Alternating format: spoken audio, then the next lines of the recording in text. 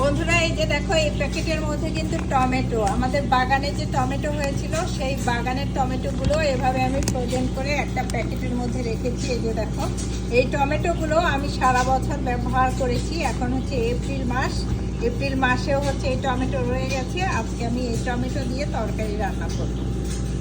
বাগানের টমেটো সেই মজা।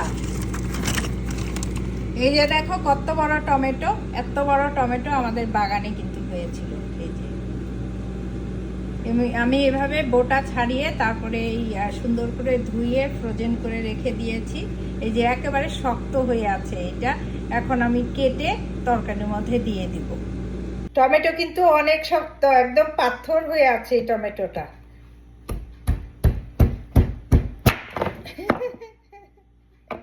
এই যে টমেটো কাটলাম, 2 ভাগ করেছি।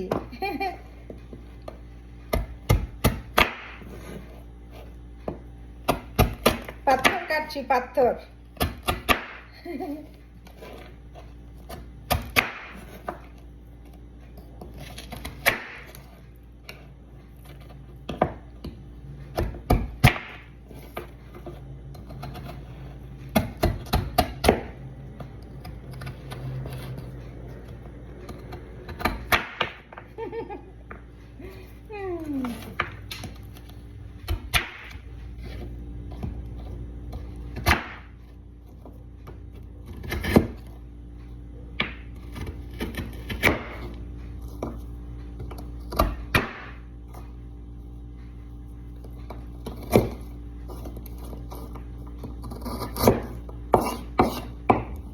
এই যে কাটা হয়ে গেল।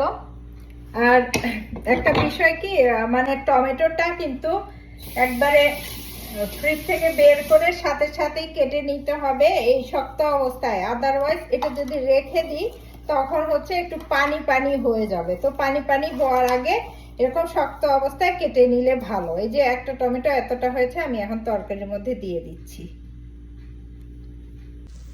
এই যে তরকারির মধ্যে পেঁয়াজ রসুন সব কিছু কষিয়ে নিয়েছি, একটু আলুও দিয়ে দিয়েছি। এখন হচ্ছে এর মধ্যে হচ্ছে আমি টমেটোটা দিয়ে দিব, তারপরে একটু কষিয়ে এর মধ্যে আমি কিন্তু ডিম দিব। আসলে এটা তরকারি হচ্ছে ডিমের তরকারি।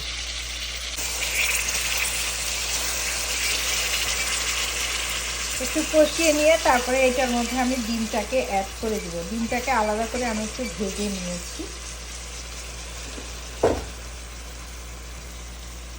একটু কষানোর জন্য ওয়েট করছি, একটু ভাজা ভাজা হলে তারপরে এখানে আমি ডিমটাকে অ্যাড করব।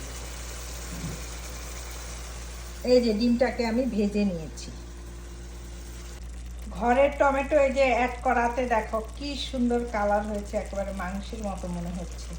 এর মধ্যে ডিমটা আমি এখন দিয়ে দিচ্ছি। সব কিছু আমার সুন্দর মতো কষানো হয়ে গেছে, সিদ্ধও হয়ে গেছে আলুগুলো। এখন আমি ডিমগুলো দিয়ে দিচ্ছি। অফ ক্যামেরায় আমি কিন্তু একটু পানিও দিয়ে দিয়েছি একটু ঝোল ঝোল করার জন্য।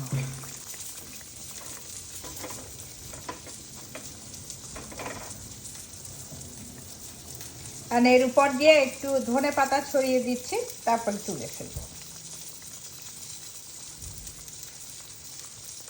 বছরের বাগানের টমেটো দিয়ে আজকে আমি ডিমের ঝোল রান্না করলাম। এই যে ডিমের তরকারিটা রেডি, এখন আমরা গরম গরম সাদা ভাত দিয়ে খাবো। গত সামারের টমেটোগুলো এভাবেই আমি ডিপ ফ্রিজে সংরক্ষণ করে সারা বছর ব্যবহার করেছি। ভিডিওটি দেখার জন্য ধন্যবাদ।